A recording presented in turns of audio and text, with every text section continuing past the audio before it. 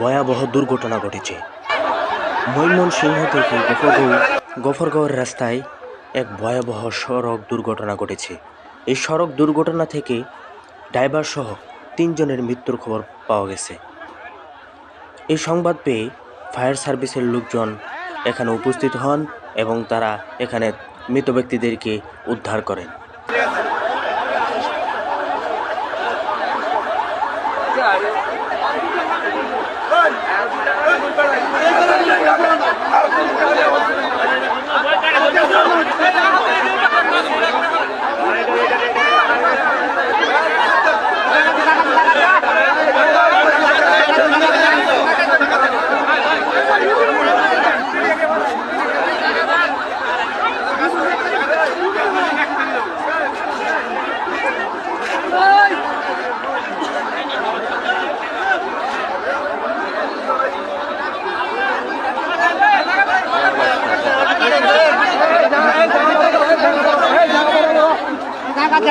জায়গা